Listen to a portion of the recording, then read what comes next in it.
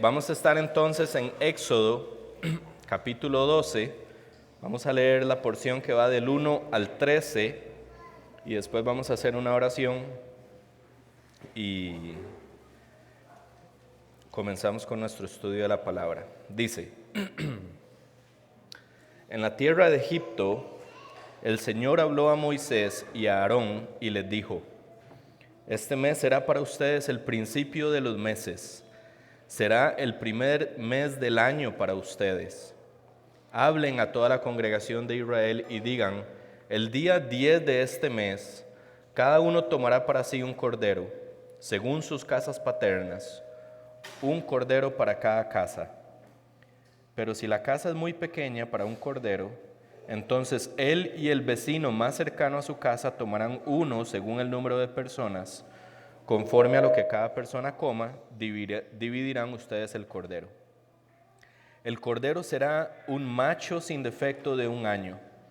Lo apartarán de entre las ovejas o de entre las cabras, y lo guardarán hasta el día 14 del mismo mes. Entonces toda la asamblea de la congregación de Israel lo matará al anochecer. Ellos tomarán parte de la sangre y la pondrán en los 2 postes y en el dintel de las casas donde lo coman. Comerán la carne esa misma noche, asada al fuego, y la comerán con pan sin levadura y con hierbas amargas. Ustedes no comerán nada de él crudo ni hervido en agua, sino asado al fuego, tanto su cabeza como sus patas y sus entrañas. No dejarán nada de él para la mañana, sino que lo que quede de él para la mañana lo quemarán en el fuego. De esta manera lo comerán, ceñidas sus cinturas,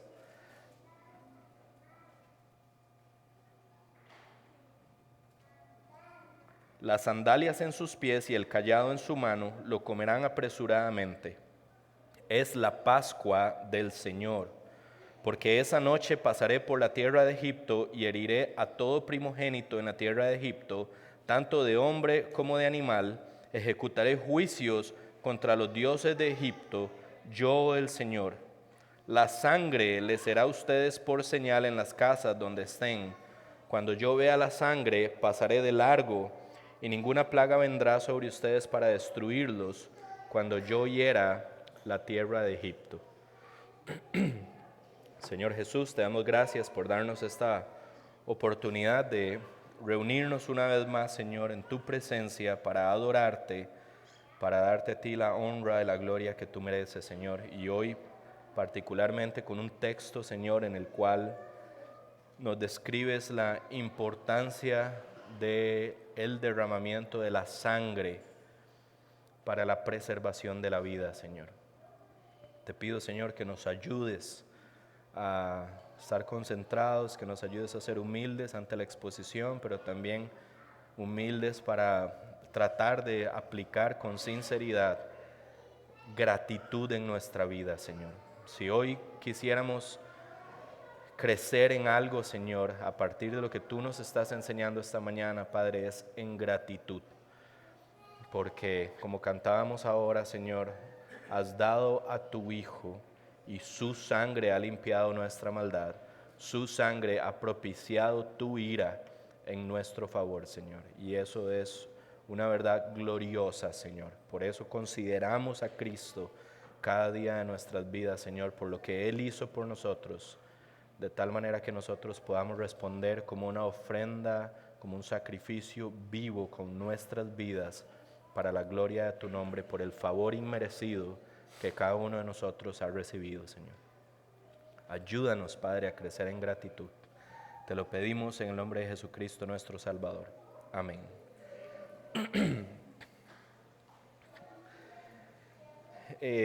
Este capítulo 12 del libro de Éxodo es una historia terrenal, o sea, cuando digo terrenal es algo que ocurrió en un momento de la historia de la humanidad en el pasado que apunta a una realidad espiritual. Entonces, cuando digo espiritual, eso está apuntando a una realidad futura en términos espirituales, en donde Cristo mismo es el que define nuestra eternidad, ¿ok?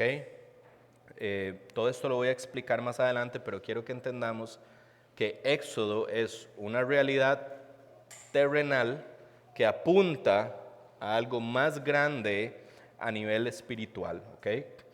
Entonces, este evento que se nos describe es el evento de la 10ª plaga, en donde Dios tomó la decisión de quitarle la vida a los primogénitos de Egipto y preservar la vida de los primogénitos de Israel.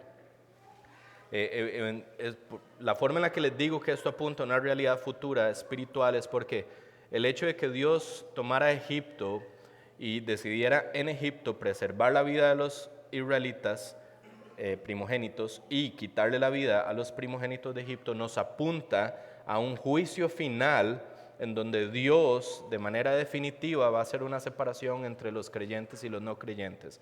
Va a ser una separación entre los que han creído en Jesucristo como Señor y Salvador de sus vidas y los que no lo han hecho. Entonces esta separación que hace Dios en Egipto nos apunta a esa separación futura y definitiva que Dios va a hacer en algún momento cuando Él decida regresar en el tiempo perfecto a juzgar a vivos y a muertos, ¿ok? Y la semana pasada estudiamos que tanto el capítulo 11 como este capítulo 12 nos enseñan la doctrina de la elección. Entonces la semana pasada estudiamos que Dios es justo al quitarle la vida a los primogénitos de los egipcios. Eran pecadores, la paga del pecado es muerte, ninguno de ellos cumplía con el estándar de santidad de Dios y era justo que Dios decidiera quitarle la vida a los primogénitos de Egipto. En eso nos expandimos toda la semana pasada, ¿ok? Es un estándar que Dios define, pero interesantemente lo que vamos a estudiar esta mañana es algo impresionante, y es que Dios escoge, Dios elige darles una muestra de gracia a ciertas personas por medio de las cuales, o por medio de la cual, en términos de esa muestra de gracia, es el medio por el cual Dios preserva sus vidas. ¿Okay? En medio de la humanidad hay unas personas a las que Dios escoge darles una muestra de gracia, ofrecerles un sustituto para que en vez de que ellos mueran, muera otro en su lugar. Eso lo hace Dios motivado por amor. ¿Okay? Entonces, si nosotros tuviéramos que englobar toda esta sección del versículo 1 al 13 en una verdad, y es la verdad central que va a marcar la pauta de todo lo que vamos a enseñar esta mañana, es esta verdad. La sangre de Cristo es el elemento que nos distingue como el pueblo de Dios. ¿Okay? La sangre de Cristo es el elemento que nos distingue como el pueblo de Dios. Y lo vamos a ver a partir de 5 verdades, 2 de ellas las vamos a ampliar bastante, otras 3 las vamos a mencionar de manera breve, porque quisiera aprovechar el contenido de 2 de las porciones que se nos afirman en la palabra. Entonces la primera verdad está en los versículos 1 y 2, y es que al establecer un nuevo calendario, Dios afirma la importancia de la Pascua. Versículos 1 y 2, al establecer un nuevo calendario, Dios afirma la importancia de la Pascua. Debemos de recordar aquí quién era Israel. Israel no existía. Israel no era un pueblo, sino que Dios decide tomar a Abraham de la tierra de Ur de los Caldeos y formar de Abraham el pueblo de Israel. Abraham milagrosamente logra procrear junto con su esposa a Isaac, y a partir de ahí empieza a crecer el pueblo de Israel hasta que Jacob con sus 12 hijos logran llegar a la tierra de Egipto en medio de una gran hambruna y se establecen ahí como fruto de la obra que Dios había llevado a cabo por medio de José, de establecerlo como la mano derecha del faraón. José los recibe en Egipto y ellos se establecen ahí. Se nos recuerda que eran 70 personas las que salieron de la tierra de Canaán y llegaron hasta Egipto. Y 400 años después, esas 70 personas habían crecido en número, habían llegado a ser un gran pueblo, y finalmente los egipcios decidieron oprimirlos, esclavizarlos, no al final de los 400 años, sino con el pasar de los 400 años, ellos vivieron en medio de la esclavitud. Pero pasaba algo muy interesante. Durante esos 400 años los israelitas se referían a Dios. ¿Ustedes se acuerdan cómo se referían a Dios? Como el Dios de sus antepasados, como el Dios de Abraham, de Isaac y de Jacob. Eso es muy importante porque cuando ellos oraban a Dios, oraban a un Dios que sabían que existía, pero con el que nunca se habían relacionado. Sabían que era el Dios de sus antepasados porque sus antepasados les habían contado la forma en la que Dios había intervenido para formarlos a ellos como un pueblo, pero ellos durante 400 años habían experimentado silencio de parte de Dios y por esa razón ellos no podían decir necesariamente este es nuestro Dios, sino que este es el Dios de nuestros antepasados. ¿Okay? Cuando nosotros llegamos a Éxodo, Dios escucha el clamor, Dios escucha las súplicas y los ruegos de los israelitas y decide entonces intervenir para liberarlos, para que ellos puedan ser su pueblo y Él ser su Dios. Y en vez de que ellos sigan diciendo el Dios de nuestros antepasados, Abraham, Isaac y Jacob, ellos puedan decir, este es nuestro Dios, ahora le conocemos, ahora le hemos visto, ahora nos podemos relacionar con Él, ahora estamos en una relación personal con nuestro Dios. Y entonces eso cambia todo, porque ya no es el Dios de nuestros antepasados, ahora es nuestro Dios. Y eso es lo que Dios quiere hacer al liberarlos.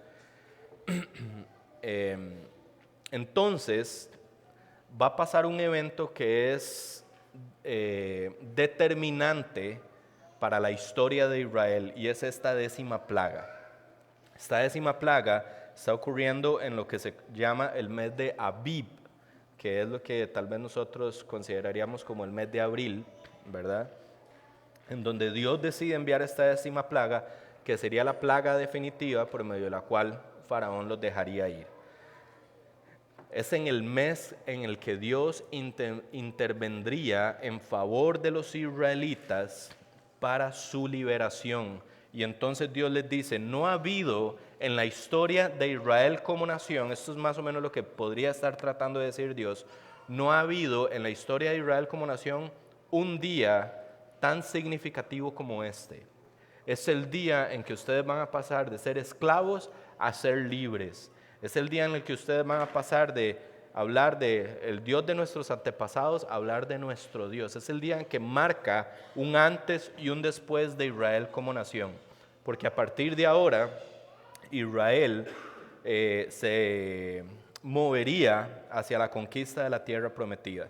Y en ese sentido, y por lo que eso representaba, Dios le dice a Aarón y a Moisés, este será el primer día, el primer mes del año para ustedes. Es el día o el mes más significativo, el de mayor importancia para todos los israelitas, porque sería el mes de la Pascua. La Pascua es, en inglés se le dice Passover, porque fue como que Dios en Egipto pasó por alto de las casas de los israelitas sin herir a los primogénitos de los israelitas. Eso es Passover. Esa es la traducción que nosotros le llamamos Pascua, pero la Pascua en español no tiene tanto ese sentido, pero es para que lo entiendan, ¿verdad? Entonces, este evento de cómo Dios pasó por alto los pecados de los primogénitos de los israelitas, que ya lo vamos a describir, es un evento que Israel debía de celebrar año tras año, tras año, tras año. De todo esto nos va a hablar Andrés la próxima semana. Pero era un recordatorio anual de la importancia de este evento, porque este evento lo que hacía era marcar, digamos, como el propósito de Israel de ser un pueblo rescatado, y esta realidad de ser un pueblo rescatado debía de provocar en Israel gratitud. Gratitud por dos razones particularmente. La primera de ellas, porque Dios, el único y verdadero Dios, se manifestó a ellos. ¿Okay? El único y verdadero Dios se manifestó a ellos con prodigios y señales de manera poderosa, no dejando duda de que Él es el único y verdadero Dios y que está en favor de los israelitas. Esa era la primera muestra de gratitud que los israelitas debieran de tener cada vez que celebraban la Pascua año tras año. Y la segunda era la gratitud por haber sido liberados de la condición en la que se encontraban, porque ellos eran esclavos y eran dominados y eran explotados por un faraón, y era una condición verdadera, real, pero también de la cual ellos mismos no se podían liberar en sus propias fuerzas. Ellos necesitaban una intervención divina para liberarse de esa condición, y Dios lo hizo por ellos, y por lo tanto la Pascua constituía también una forma en la que Israel recordaría con gratitud su antigua condición y su condición presente. Éramos esclavos y ahora somos libres. Entonces, cuando Dios decide cambiar este calendario o poner un énfasis en un mes en particular, el mes de Aviv o el mes de abril, que nosotros es el que usamos hoy en la actualidad, no como inicio de nuestro calendario, sino como el mes en el que celebramos la Pascua, es porque Él está diciendo, esto es un antes y un después. Esto marca una pauta para la historia de Israel como nación, que fue el mes en el que yo intervine para liberarlos de la condición en la que se encontraban. Por eso es que Dios está afirmando la importancia de la Pascua y marca específicamente una fecha en el calendario como una fecha que tenía que ser recordada año tras año, tras año, tras año. Pero Dios no se detiene ahí en lo que le dice a Aarón y a Moisés, y aquí viene la parte que, una de las partes más importantes, está en versículo 3 al 7. Versículos 3 al 7 nos enseña la siguiente verdad: la sangre de un cordero perfecto cubriría los pecados de los primogénitos de Israel. ¿Okay? La sangre de un cordero perfecto cubriría los pecados de los primogénitos de Israel. Vea lo que dice versículos 3 al 7. Hablen a toda la congregación de Israel y digan: el día 10 de este mes, cada uno tomará para sí un cordero, según sus casas paternas, un cordero para cada casa. Pero si la casa es muy pequeña para un cordero, entonces él y el vecino más cercano a su casa tomarán uno según el número de personas. Conforme a lo que cada persona coma, dividirán ustedes el cordero. El cordero será un macho sin defecto de 1 año. Lo apartarán de entre las ovejas o de las cabras y lo guardarán hasta el día 14 del mismo mes. Entonces toda la asamblea de la congregación de Israel lo matará al anochecer. Ellos tomarán parte de la sangre y lo pondrán en los 2 postes y el dintel de las casas donde lo coman. Dios está afirmando que Él está por pasar por la tierra de Israel, la tierra de Egipto. Él personalmente se va a asegurar de manera personal de pasar por toda la tierra de Egipto y de acabar con la vida de todo primogénito que habite esa tierra. Eso es lo que Dios está diciendo que va a hacer. Pero hay varios elementos de la semana pasada, 2 al menos, que yo quisiera que recordáramos. El primero está en Éxodo 11, versículos 4 al 5. Éxodo 11, versículos 4 al 5 dice: y Moisés dijo, así dice el Señor, como a medianoche yo pasaré por toda la tierra de Egipto y morirá todo primogénito en la tierra de Egipto. ¿Okay? Vean lo que está diciendo. Todo primogénito de la tierra de Egipto. ¿Okay? Desde el primogénito del faraón, o sea, desde la familia más importante que se sienta en su trono, hasta el primogénito de la sierva que está detrás del molino, que era, digamos, como la familia tal vez más sencilla, más humilde. No importa, esto no hace acepción de personas. Todo primogénito va a morir, incluso del ganado. Pero en el versículo 11:7, Dios hace una distinción y dice: pero a ninguno de los israelitas ni siquiera un perro le ladrará, ni a hombre ni a animal, para que ustedes entiendan cómo el Señor hace distinción entre Egipto e Israel. Eso es una separación, que yo hago una distinción entre estos 2 pueblos, de tal manera que a ningún israelita le afecte lo que yo estoy por hacer. Entonces aquí surgen preguntas, evidentemente. Si Dios nos está diciendo que todo primogénito en la tierra de Egipto va a morir, pero al mismo tiempo nos está diciendo que ningún israelita va a morir, ¿qué va a hacer Dios entonces para proteger la vida de los primogénitos israelitas? ¿Tiene sentido lo que estoy diciendo? Él dice, todos en esta tierra, todos los primogénitos van a morir, pero de los israelitas ninguno va a morir. Entonces, si él está diciendo que todos en la tierra de Egipto tienen que morir, pero ellos no, algo tiene que hacer Dios distinto con ellos. Alguna intervención tiene que efectuar Dios para que ellos no mueran, porque todos en la tierra tienen que morir. ¿Qué va a hacer Dios entonces para protegerlos? ¿Cómo los va a proteger? Y nos surge una pregunta adicional también.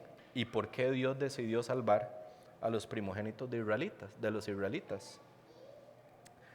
Entonces, antes de comenzar a responder estas preguntas, simplemente yo quiero que recordemos que este evento es una expresión de algo que va a ocurrir más grande, que va a ser más grande, ¿okay? Al futuro que va a ser más grande, que es un evento terrenal de algo más grande que va a ocurrir en el futuro a nivel celestial y espiritual. Quisiera empezar por esta pregunta: ¿por qué Dios salvaría a los israelitas, a los primogénitos de los israelitas? Primero que todo, debemos afirmar que los primogénitos de los israelitas eran pecadores como cualquier otro ser humano. Son descendientes de Adán y Eva. Nacieron en una condición de pecado. Y por su condición de pecado ya era suficiente razón, como vimos la semana pasada, para que fuera justo que Dios matara a los primogénitos de los israelitas. Segundo, es dos manifestaciones de su pecado, ¿ok? Dos manifestaciones de su pecado. Habían rechazado inicialmente al profeta que Dios les había enviado para liberarlos. Imagínense que usted está en la condición ahí de estar oprimido, de estar esclavizado, de estar siendo explotado. Dios manda un profeta para liberarlos y ustedes lo rechazan. Vean lo que había pasado en Éxodo 5:21. Y les dijeron, esto es cuando Faraón pone más carga sobre ellos a partir de una conversación que tuvo con Aarón y con Moisés. Esto es la respuesta de los israelitas a Aarón y a Moisés. Les dice, mire el Señor sobre ustedes y los juzgue. Que esto es como diciendo, que el Señor se encargue de ustedes. Usted es el profeta que Dios mandó para liberarnos. Que Dios se encargue de usted. Pues nos han hecho odiosos ante los ojos de Faraón y ante los ojos de sus siervos, poniéndoles una espada en la mano para que nos maten. O sea, ustedes, en vez de venirnos a ayudar, vean lo que están haciendo con nosotros. Y esto es una expresión de rechazo del profeta de Dios que los había llegado a liberar. ¿Okay? Pero no solo eso, es que estos israelitas eran idólatras, adoraban a otros dioses. No podemos pensar que solo adoraban al Dios de sus antepasados. Vean lo que dice Josué 24:14. Una vez que salen los israelitas de Egipto, salen de la opresión, vean la instrucción que les da Josué al final del libro, Josué 24:14. Ahora pues, teman al Señor y sírvanle con integridad y con fidelidad. Y vean lo que les dice, quiten los dioses que sus padres sirvieron al otro lado del río en Egipto y sirvan al Señor. O sea, cuando está diciendo que sus padres sirvieron al otro lado del Egipto, era durante el tiempo que fueron esclavos en Egipto, sus padres, el pueblo de Israel, adoraban a dioses falsos y ustedes necesitan quitarlos. Entonces uno se pregunta, en perspectiva, la semana pasada vimos que Dios era justo en matar a los primogénitos de los egipcios. Eran pecadores, rechazaban a Dios y adoraban dioses falsos, ¿cierto? Pero vemos que dentro del pueblo de Israel estaban las mismas prácticas. Los israelitas eran pecadores, los israelitas rechazaban a Dios, al profeta de Dios, y adoraban dioses falsos. El punto de esto es que los israelitas merecían la muerte tanto como los egipcios. ¿Entienden lo que está pasando ahí? Los primogénitos de los israelitas merecían la muerte tanto como los primogénitos de los egipcios. Hubiera sido justo que Dios acabara con todos de una sola vez, pero Él decidió preservar la vida de los israelitas, y esto es algo impresionante. ¿Por qué Dios entonces escogería salvar a los primogénitos de los israelitas? Y el punto acá es que Dios escoge salvar a unos por amor. El amor es lo que mueve a Dios a salvar a algunos, no a todos, sino a algunos. Vean lo que dice Deuteronomio 4, versículo 37. No es el único pasaje, pero tampoco quiero dar una lista exhaustiva de pasajes porque no es el punto. Deuteronomio 4:37 dice, porque Él amó, está hablando de Dios, porque Él amó a tus padres, por eso escogió a su descendencia después de ellos y personalmente te sacó de Egipto con su gran poder. Entonces, ¿por qué Dios escogió mostrarle un favor inmerecido a los israelitas? Porque los amó. Porque los amó. Esa es la única razón. Y entonces nosotros tenemos que plantearnos la misma pregunta que nos planteamos la semana pasada. ¿Es Dios injusto al escoger amar a los israelitas, pero al escoger no amar a los egipcios? ¿Es Dios injusto? Déjenme hacerles esta pregunta. De todas las personas de su círculo relacional que usted tiene en su vida, ¿usted los ama a todos? De su círculo relacional, ¿usted ama a todos sus compañeros de trabajo? ¿Usted ama a todos sus familiares de manera igual? ¿Usted ama a todos sus compañeros de gimnasio de manera igual? ¿Usted ama a todos sus compañeros que hacen carreras con usted de manera igual? ¿Usted ama a todos igual? ¿No? ¿Ok? ¿Qué es lo que hace que nosotros amemos? Nosotros escogemos amar.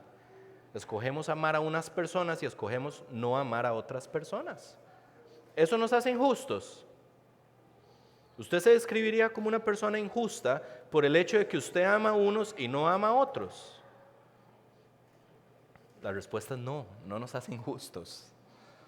Es algo que nosotros escogemos, no tiene nada que ver con la justicia. La justicia es otro tema. La justicia no involucra sentimientos. La justicia de Dios es en relación con el pecado, ¿ok? Y no involucra sentimientos como vimos la semana pasada, ¿ok? No involucra emociones. La justicia de Dios es la justicia de Dios, es lo que Él definió desde que Él creó a la humanidad. Pero el hecho de que Dios, al igual que nosotros, escoja dar muestras de amor a alguna persona, pero escoja no dar las mismas muestras de amor a otra persona, eso no hace que Dios sea injusto. Eso nos dice que Dios escoge amar a algunos. Es diferente de su justicia, ¿me entienden? Son dos cosas totalmente distintas. Lo impresionante es que Él escoja a amar a algunos pecadores. Eso es lo impresionante, que Él haya escogido amar a los israelitas. Eso es impresionante. Pero el punto es que Él, al igual que nosotros, tenemos libertad para escoger a quién amar. Ese es el punto. Él tiene libertad para escoger a quién amar, de la misma manera en la que usted y yo tenemos libertad para escoger a quién amar. Ahora, quiero hacer una aclaración. Nosotros nunca podemos entender a Dios a partir de nuestros estándares. No es como yo puedo escoger a quién amar, entonces Dios también lo puede hacer. No, como Dios lo hace, yo también puedo escoger a quién amar. Siempre empezamos con Dios. Pero la forma en la que nosotros nos relacionamos y amamos a unos y amamos a otros es porque Dios ama también. A algunos les muestra gracia común. Déjenme darles un ejemplo. Nosotros tratamos, se espera, ¿verdad?, que como creyentes tratamos bien a todas las personas. Claro, estamos teniendo gracia, estamos siendo amables, estamos siendo responsables, estamos siendo respetuosos con cualquier persona. Incluso hoy nos deberíamos de topar a alguien ahí afuera que nos atiende, que nos sirve, que necesita algo y nosotros podemos ayudar a esa persona. Eso es como lo que Dios hace cuando extiende gracia común, ¿okay? Cuando Él muestra su amor por medio de la naturaleza, cuando Él preserva y levanta a todas las personas en la madrugada, cuando Él decide sanar incluso a personas que no creen en Jesús, Él muestra gracia común a la gente, pero también muestra una gracia especial, muestra un cariño especial para algunas personas basado en su amor, al igual que lo hacemos nosotros cuando yo escojo amar a mi esposa, cuando yo escojo amar a mis papás, cuando yo escojo amar a mis familiares, cuando yo escojo amarlos a ustedes, de una manera distinta en la que amo a otras personas.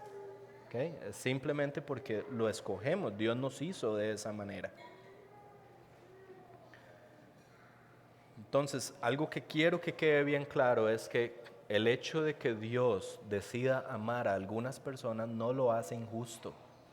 Él tiene la libertad para amar de una forma en la que no se comprometa su justicia. ¿Okay? Su amor nunca va a comprometer su justicia. Y esto nos lleva a las otras dos preguntas que hicimos. Entonces, ¿qué va a hacer Dios para proteger la vida de los primogénitos de Israel? ¿Cómo los va a proteger?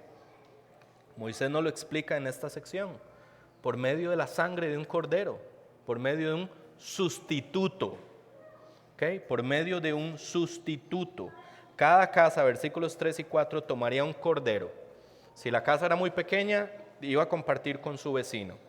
Versículo 5 nos dice que ese cordero tiene que ser sin defecto, esto es sumamente importante, sin defecto de 1 año. Debía ser apartado por 4 días.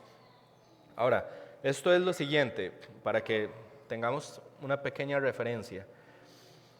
Esto es como que de en medio de los corderos o de las cabras, yo voy a apartar un macho sin defecto y lo voy a poner al lado, el día 10 de este mes. ¿Okay? Por 4 días yo voy a atender a este cordero de una manera especial, no porque el cordero sea especial en sí mismo, en el caso de los israelitas, sino simplemente porque por el hecho de estar apartado va a tener una atención especial. Por el hecho de que yo lo ponga en un corralito aparte o lo meta dentro de mi casa, no sabemos cómo pasaba, quiere decir que a ellos los alimento en manada, ¿verdad? En rebaño, no en manada, perdón, en rebaño, pero a este lo alimento de manera personal. ¿Ok? Ahora, ¿saben qué pasa cuando usted trata a un animal de manera especial por 4 días? Usted se encariña. Usted se encariña. Les voy a contar una historia que me pasó de graciosa. Tengo un amigo que compró un chanchito, ¿verdad? Y él lo compró porque quería hacer chicharrones, ¿verdad? Y entonces compró el chanchito, ¿verdad? Y de ahí lo cuidó y después no quería matarlo porque se encariñó, ¿verdad? Pero ahí todos en ese momento no estábamos en Cristo, eso fue hace como 20 años. Todos le dijimos, mae, usted tiene que matarlo, mae, nos ha estado diciendo que nos va a hacer chicharrones y mae, ¿cómo nos va a dejar con las ganas? El punto es que lo mató, ¿verdad? Entonces era vacilón porque él se comía el gallito y decía, mi chanchito, ¿verdad? Como, vamos a ver, entiendan lo que les quiero comunicar es que él se encariñó. Simplemente por tenerlo apartado, él se encariñó con el chanchito. Igual estos israelitas, seguramente al tener a este cordero durante 4 días apartado, seguramente se encariñaron con él, pero vean lo que viene después, versículo 6. Al 4.º día, o sea, después de 4 días de tenerlo apartado, de cuidarlo, de alimentarlo de manera especial, debían de matarlo. Uy, esto duele. Esto es difícil. Definitivamente matarlo implicaba cierto dolor, cierto sufrimiento, cierto pesar por tener que matar ese animal que han cuidado 4 días. Familia, los israelitas experimentaron un dolor por un corderito que habían cuidado 4 días. Dios experimentó un dolor por tener que entregar a su hijo con el cual había compartido por la eternidad. Okay. El dolor que Dios experimentó al tener que entregar a su hijo como un cordero sin mancha para ser el sustituto suyo y mío es un dolor que nosotros nunca nos vamos a imaginar lo que eso puede ser. Solo Dios, Padre, puede saber, porque eso es un corderito, pero Dios entregó a su Hijo por nosotros. Es la muestra de amor más grande que nosotros podemos vivir. Versículo 7 nos dice que la sangre de este cordero tuvo que colocarse en el marco de la puerta y esa iba a ser la señal. Entonces, ¿cómo hace Dios si está diciendo voy a matar a todos los primogénitos pero voy a protegerlos a ellos? ¿Cómo hace Dios para que su amor por los israelitas no comprometa su justicia por el pecado? Porque ya vimos que los primogénitos israelitas y los israelitas eran igual de pecadores que los primogénitos de los egipcios y los egipcios. Entonces, ¿cómo hace Dios para no comprometer su justicia y poder mostrar amor y gracia a un grupo dentro de toda esta tierra? Dios implementa a partir de Éxodo una práctica que se ha practicado, valga la redundancia, antes de Éxodo, pero no como una norma, no como una ordenanza, ¿ok? Vean los diferentes momentos en donde hay un sacrificio de animales para aplacar el pecado de manera temporal. Génesis 4:21. Adán y Eva pecan, son expulsados del paraíso, y vean lo que dice Éxodo 4:21, Génesis 4:21. El Señor hizo vestiduras de piel para Adán y su mujer y los vistió. Okay, el Señor hizo vestiduras de piel. No se nos está diciendo de manera explícita, pero de manera implícita se nos está diciendo que Dios sacrificó un animal para quitar de ese animal su piel y poder vestir a Adán y Eva con pieles, de tal manera que ellos no estuvieran desnudos. Era una forma como de cubrir su pecado de manera temporal. Desde Génesis 4 vemos a Dios sacrificando un animal para cubrir de manera temporal el pecado de Adán y Eva. Génesis 4:4 dice, también Abel por su parte trajo de los primogénitos de sus ofrendas y de la grasa de estos, de sus primogénitos de sus ovejas. ¿Qué quiere decir? Abel sacrificó ovejas al Señor. Algún entendimiento posiblemente tenía Abel de que el sacrificio aplacaba de manera temporal el pecado que él tenía. El Señor miró con agrado a Abel y su ofrenda.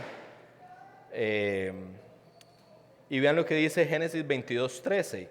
Entonces, este ya es Abraham. Entonces Abraham alzó los ojos y miró y vio un carnero detrás de él, trabado por los cuernos de un matorral. Abraham tomó el carnero y lo ofreció en holocausto en lugar de su hijo. Ven, en sustitución por su hijo. ¿Okay? Abraham está a punto de clavarle un puñal, una estaca a Isaac, y el punto es, ¿hubiera sido justo que Dios decidiera tomar la vida de Isaac? Sí.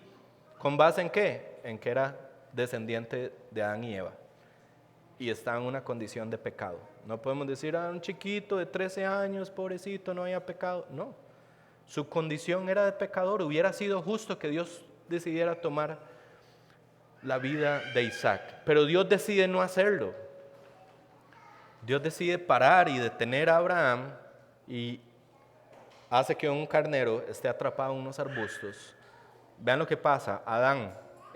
Abraham saca a su hijo del altar de la ofrenda, lo saca, y en lugar de su hijo, que merecía morir justamente, pone a un cordero, un animal, un sustituto por el pecado de su hijo Isaac. Entonces, ¿qué hace Dios en Israel? En Egipto, con los israelitas, Dios lo que está haciendo aquí en este momento es aceptar el sacrificio de un cordero, de un sustituto temporal, en lugar de la vida de los primogénitos de los israelitas. Dios les está diciendo, sacrifiquen un animal que pierde su vida, derrama su sangre, y ese sacrificio yo lo voy a aceptar en sustitución por sus primogénitos. Dios extiende un medio de gracia a los israelitas que no le extiende a los egipcios. Se lo extiende a los israelitas porque los ama y les dice, esta es la forma en la que ustedes pueden preservar su vida, pero esta extensión de gracia es para ustedes, no es para ellos. ¿Okay?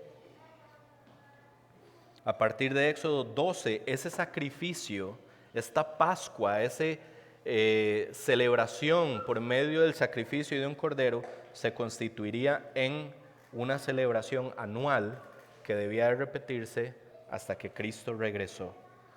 Entonces, la muerte de un sustituto es la forma en la que Dios puede amar sin comprometer su justicia. ¿Cómo Dios puede extenderle gracia y amor a un pueblo sin comprometer su justicia? Por medio de un sustituto. ¿Ok? Ese es el punto.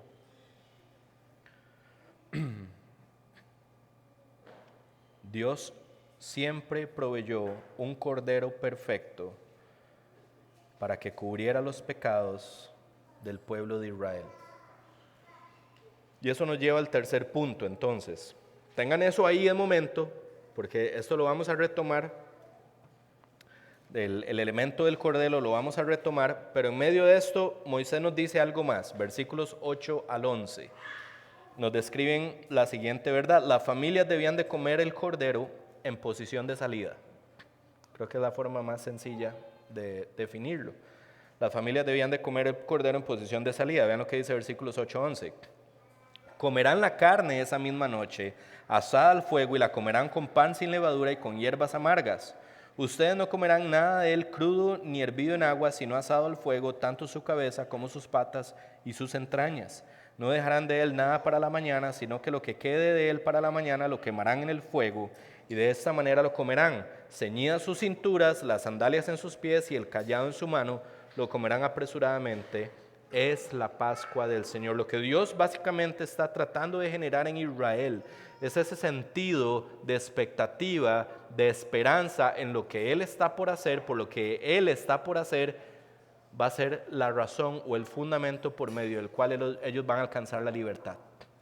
Entonces, estamos aquí, estamos comiendo el cordero asado, no vamos a guardar nada, lo que quede lo vamos a quemar ahí en las brasas, todo eso se va a consumir, no vamos a dejar absolutamente nada, pero nuestras sandalias, nuestros vestidos y nuestra vara o nuestro cayado, ¿verdad? Nuestro bastón, como diríamos tal vez hoy, listos en la mano, porque en cualquier lugar el Señor da la señal de salida y nos vamos a ir, porque este es el momento de caminar hacia la libertad.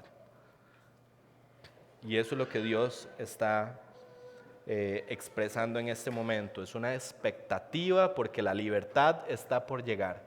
400 años de esclavitud, súplicas, ruegos, oraciones personales y comunitarias que se habían hecho, el Señor ha atendido, ha venido a nuestro rescate, nos ha ofrecido un medio por el cual podemos salir de aquí, y estamos esperando nada más que el Señor dé la orden porque nos vamos. Imagínense qué momento estar ahí. Lo que está pasando aquí es, estamos comiendo la carne, hemos puesto la sangre en los dinteles y en las puertas, y mientras nosotros estamos comiendo y preparándonos para salir, los primogénitos de los egipcios están muriendo. Hay gozo y expectativa en el pueblo de Israel, pero hay llanto y lamento en el pueblo egipcio. Y esto nos lleva al cuarto punto, que está en los versículos 12 y 13. Al principio dije que eran 5, pero son 4 puntos, perdón. Versículos 12 y 13. La sangre alrededor de las puertas era la señal distintiva de la gracia. La sangre alrededor de las puertas era la señal distintiva de la gracia. Vean lo que dice versículos 12 y 13. Aquí vamos a expandir otra vez. Porque esa noche pasaré por la tierra de Egipto y heriré a todo primogénito en la tierra de Egipto, tanto de hombre como de animal. Ejecutaré juicios contra los dioses de Egipto, yo el Señor. La sangre les será a ustedes por señal en las casas donde estén. Cuando yo vea la sangre pasaré de largo, y ninguna plaga vendrá sobre ustedes para destruirlos cuando yo hiera la tierra de Egipto. Entonces, inmediatamente después de darnos instrucciones de cómo debemos de comer el cordero, en aquel caso los israelitas obviamente, Moisés vuelve a darnos instrucciones de lo que implica la sangre, del significado de la sangre o del valor de la sangre para la preservación de la vida. Dios está diciendo, yo voy a ejecutar juicios en contra de los dioses de Israel. Esto es impresionante, como lo hemos visto en todas las plagas. 9 plagas en las cuales Dios se enfrentó directamente, Él se presentó, por así decirlo, al campo de batalla a decirle a esos dioses, vengan, uno por uno o todos juntos, y ninguno pudo con nuestro Dios. Ninguno pudo, no había forma, eran dioses falsos, eran dioses creados por seres humanos. Solo hay un único y verdadero Dios y es nuestro Dios. Pero es la forma en la que Dios está dejando claro que no existen otros dioses, sino que es solamente Él, enseñando una gran verdad a la humanidad, tomando a Egipto como el pueblo que lo vivió en carne propia. ¿Okay? Pregúntenle a Egipto. ¿Quieren adorar a otros dioses? Pregúntenle a Egipto. Esa es la idea, ¿verdad? Dios mostró que no había nadie como Él. Pero Dios dice que la sangre que es colocada en el marco de la puerta sería la señal que haría una distinción entre los egipcios y los israelitas. Que cuando Dios pasara ejecutando su justa justicia y quitándole la vida a los primogénitos de los israelitas, de los egipcios, y viera la sangre, no les iba a pasar nada y sus vidas serían preservadas. Entonces imaginémonos una toma aérea como de un dron, ¿verdad? Dios va por encima avanzando progresivamente en la tierra de Egipto y va viendo las casas. Ve las casas donde no hay sangre y su justicia justa es ejecutada para quitarle la vida a los primogénitos de los egipcios. Pero mientras va avanzando, él ve la sangre en la puerta de unos israelitas y él dice 2 cosas, al menos 2 cosas. En esa casa hubo una vida que se sacrificó. Y la muestra, la expresión, la evidencia, la manifestación del sacrificio de una vida en esa casa es la sangre en el marco de esa puerta. ¿Okay? Ahí una vida dejó de existir. Alguien pagó con una vida. ¿Okay? Alguien pagó con una vida. Romanos se nos dice que la paga del pecado es muerte. Ahí alguien murió. Y en Hebreos se nos dice que sin el derramamiento de sangre no hay remisión de pecados. Ahí hay remisión de pecados, aunque de manera temporal. Pero Dios está viendo y dice, ahí hubo una vida que fue sacrificada en esta casa. Eso es lo primero que ve. Lo segundo que ve es que esas personas que vivían en esa casa habían confiado en el medio de gracia que Él había provisto. Y habían ejecutado al cordero y habían hecho justo lo que Dios dijo que hicieran. Pongan su sangre. Él ve la confianza de estas personas en ese Dios. Y Dios, al ver la sangre y la confianza de las personas que estaban en esa casa, Él decide pasar por alto. Él decide pasar de lejos. Él decide que su justicia por el pecado de los primogénitos de esa casa, Él se la va a atribuir a la vida del cordero en lugar de la vida de los primogénitos. Y pasa por alto. ¿Okay? De manera temporal, año tras año, así se dio en muchos momentos. Esta es la forma en la que nosotros podemos decir que es la forma en la que Dios puede amar sin comprometer su justicia. cuando hay un sustituto que paga por los pecados del ofensor. Esa es la forma en la que Dios puede amar sin comprometer su justicia. Pero hemos hablado entonces de que Éxodo capítulo 11 y 12 principalmente son una historia terrenal que nos apunta a una historia celestial, espiritual, futura.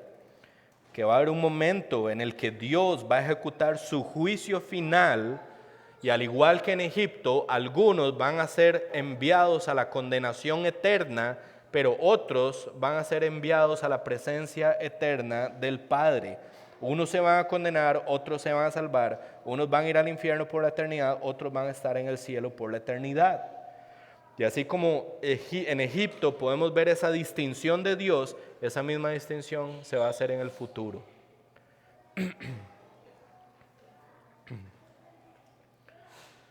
Entonces vamos a construir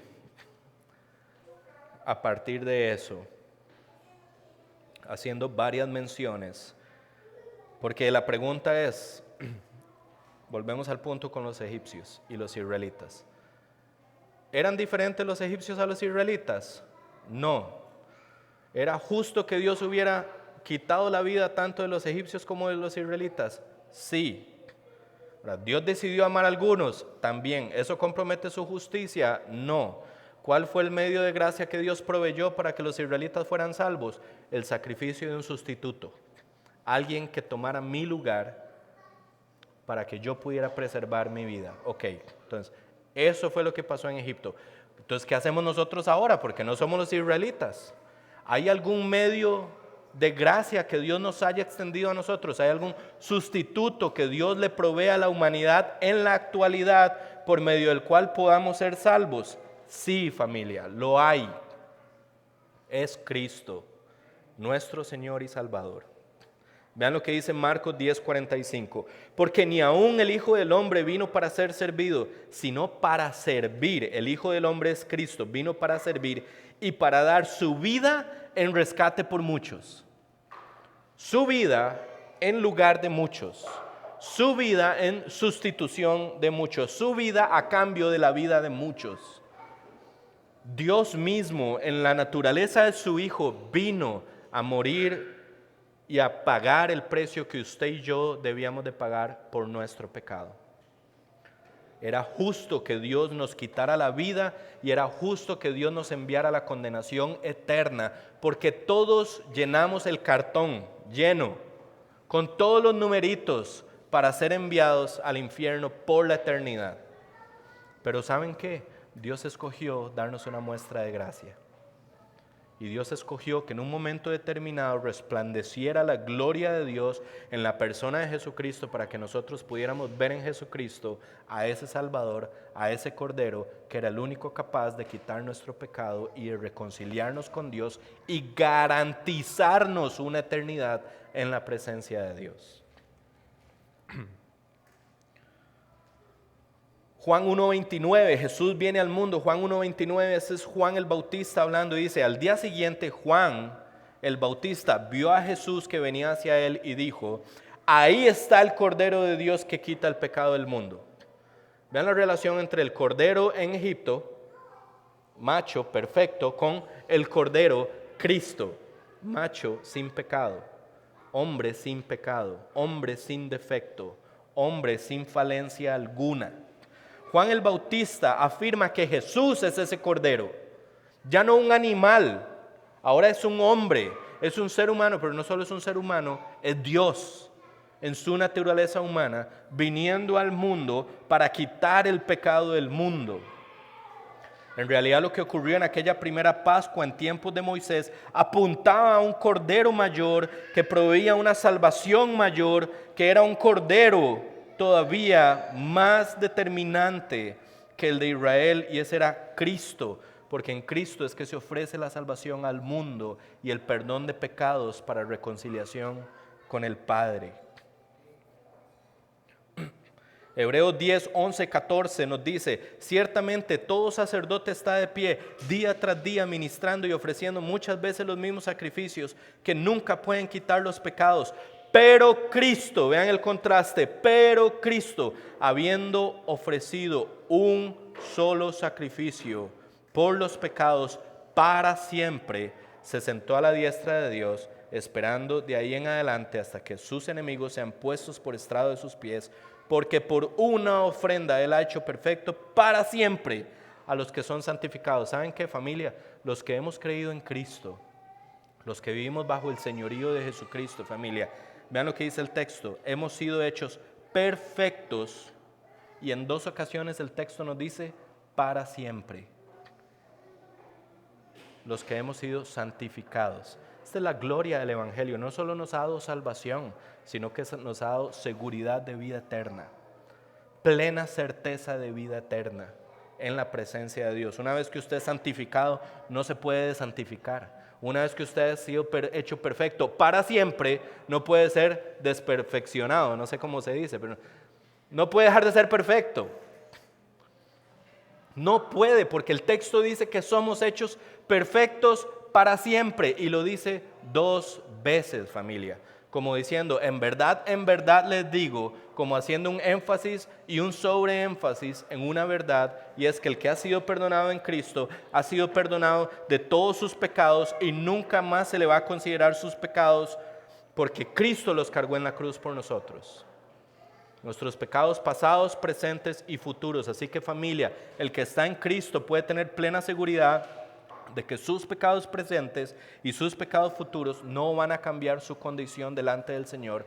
Somos salvos, permanecemos salvos y seremos siempre salvos solamente por la gracia que hemos recibido por medio del sacrificio sustitutivo de Jesucristo en nuestro favor.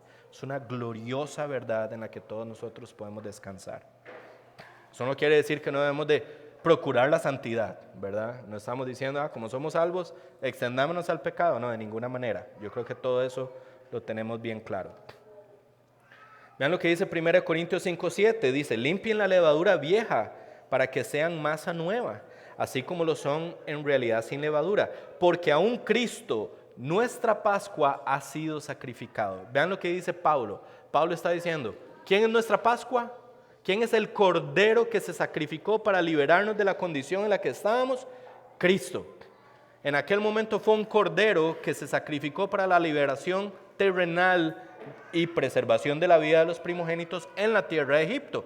Pero Cristo se ha sacrificado por algo que es 1000 veces más glorioso, infinitamente más glorioso.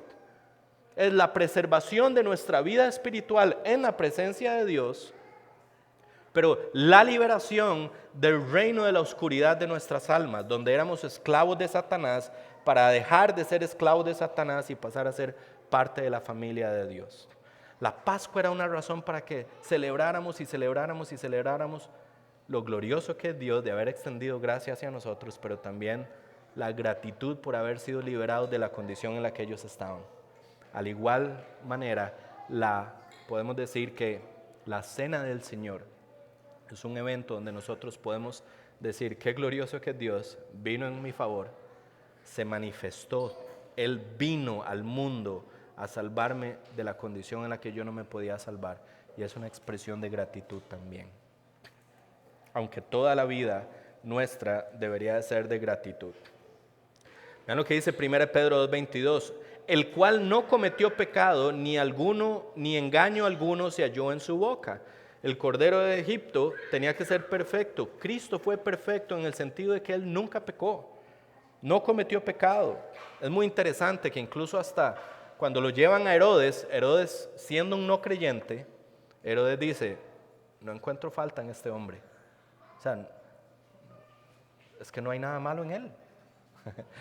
Hasta un no creyente lo dijo, ¿verdad? Es impresionante. Cristo fue perfecto. Nunca pecó, se mantuvo santo durante todo el tiempo que estuvo en este mundo, 33 años aproximadamente de santidad en medio de un mundo caído. Eso es glorioso. Eso lo hizo Cristo con el único objetivo de poder cumplir la ley para que Él fuera el cumplimiento de la ley y su justicia nos fuera imputada a nuestro favor. Era la única forma en que puede haber una sustitución que no comprometa la justicia de Dios. Voy a leer 3 pasajes más y termino. Hebreos 9:14. ¿Cuánto más la sangre de Cristo, quien por el Espíritu eterno, Él mismo se ofreció sin mancha a Dios, purificará nuestras conciencias de obras muertas para servir al Dios vivo? Esta es la sangre de Cristo derramada, purificando nuestras conciencias de tal manera que podamos dejar de servir a Satanás y por ende, o a nuestros cuerpos, y por ende, servir al Dios vivo. Es glorioso el Evangelio de Jesucristo. Mateo 26, esto es como esas cosas que tiene Dios, que uno, por si ya tuviera demasiado asombro, Dios no para y tome un poquito más de asombro, ¿verdad? Es como, siga, no pare, siga asombrándose. Vea lo que pasa en Mateo 26, 17. El primer día de la fiesta de los panes sin levadura, se acercaron los discípulos a Jesús diciendo: ¿dónde quieres que hagamos los preparativos para que comas la Pascua? Sus discípulos, totalmente ignorantes de lo que estaba por ocurrir a horas, le dicen a Jesús: Jesús, ¿dónde quieres comer la Pascua? ¿Dónde quieres celebrar la celebración de la libertad de la esclavitud en Egipto? ¿Dónde quieres comer la Pascua? ¿Dónde quieres sacrificar el cordero, Jesús? Mientras comían, Jesús tomó pan y habiéndolo bendecido lo partió y lo dio a los discípulos. Dijo: tomen, coman, este es mi cuerpo. Versículo 26 en adelante. Tomando una copa y habiendo dado gracias, se la dio diciendo: beban todos de ellas, porque esta es mi sangre del nuevo pacto que es derramada por muchos para el perdón de pecados. ¿Ustedes se imaginan que mientras los discípulos estaban pensando en dónde vamos a celebrar la Pascua, Cristo estaba pensando: yo estoy por cumplir la Pascua? Mientras los discípulos e Israel estaba sacrificando corderitos, Jesús estaba sacrificando su vida y cargando la ira de Dios por nuestro pecado. Como para no dejar duda alguna, Dios, en la soberanía con la que Él maneja toda la vida y la humanidad, decidió que Cristo, quien es la Pascua, fuera sacrificado justamente durante la celebración de la Pascua. Para que no haya duda alguna de que Él es el medio de gracia. Ahora sí, ¿cómo hacemos nosotros entonces? Porque ese cordero sin mancha de 1 año fue ofrecido como medio de gracia para los egipcios. Y para nosotros en la actualidad, Cristo es el cordero. Cristo es el medio de gracia. Cristo es el que derramó su sangre. Cristo es el que entregó su vida de tal manera que Él pueda tomar nuestro lugar como pecador, aunque nunca pecó, y nosotros podamos tomar su lugar como justos, aunque nunca hemos sido justos, en la presencia del Señor. Ese es el glorioso Evangelio de Jesucristo.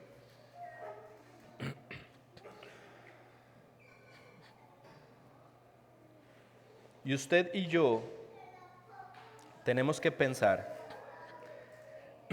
ok, vivimos en un mundo lleno de pecado,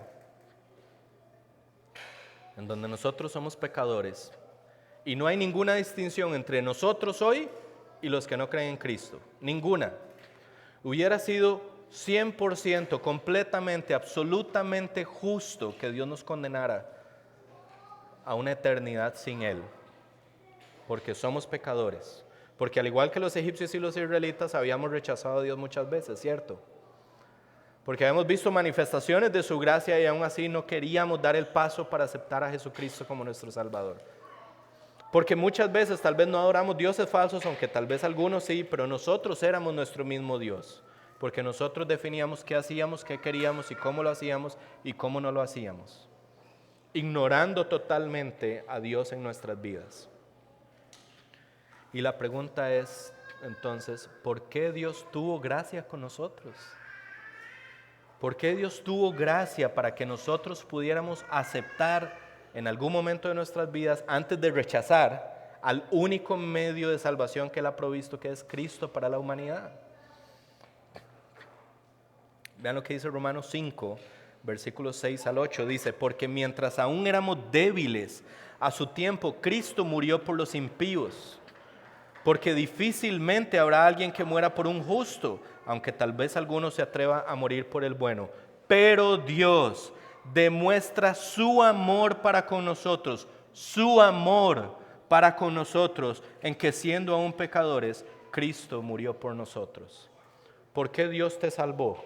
Porque te ama. Él, en la libertad del ejercicio de su amor, decidió amarte a pesar de que no merecías el amor de Dios. Eso es una gloriosa verdad. Cuando usted y yo merecíamos ira eterna, recibimos gracia de Dios por medio de Jesucristo, el amor que provee la salvación para nuestras almas, en la persona de Cristo Jesús. Y así como lo hizo en tiempos de Moisés, amando a Israel en el ejercicio libre de su amor, también nos ha amado a nosotros sin merecerlo. Y nosotros, familia, ante tal expresión de amor del Señor, lo único que podemos hacer es ofrecer nuestras vidas en gratitud al Señor.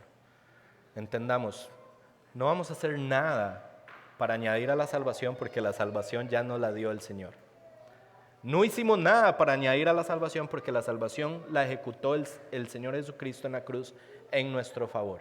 Lo que sí podemos hacer hoy es vivir en gratitud, vivir en obediencia, buscando la santificación, plenamente confiados de que nuestra condición nunca va a cambiar. Plenamente confiados de que nuestra condición nunca va a cambiar. Agradecidos, familia, porque hemos sido amados por el único y verdadero Dios, el único que tiene la capacidad de juzgar como justo o como pecador a alguien, el único que tiene la capacidad de salvar o condenar por la eternidad. Él ha escogido amarnos. Y si ustedes me preguntan, ¿qué había en Juanjo para que Dios escogiera amarlo? No había nada. No había nada, absolutamente nada. Yo mismo no me hubiera amado a mí mismo. Yo mismo no me amaba a mí mismo por la forma en la que vivía. Pero Él escogió amarnos, familia. Y mi realidad es la realidad de ustedes. Mis pecados podían lucir distintos a los suyos, pero todos estábamos en pecados. Y Él escogió amarnos cuando usted y yo no lo merecíamos. Ese es el glorioso evangelio de Jesucristo, familia. Y yo lo que quisiera es que cantemos la próxima canción con gratitud, con asombro, pero también con un deseo de entregar nuestras vidas al Señor. Si hay alguien aquí que no ha entregado sus vidas al Señor, este es un buen momento para hacerlo. Hágalo de manera personal, no tiene que levantarse, no, es de manera personal, en su corazón. Dígale al Señor, Señor, te acepto como el único medio que Dios ha provisto.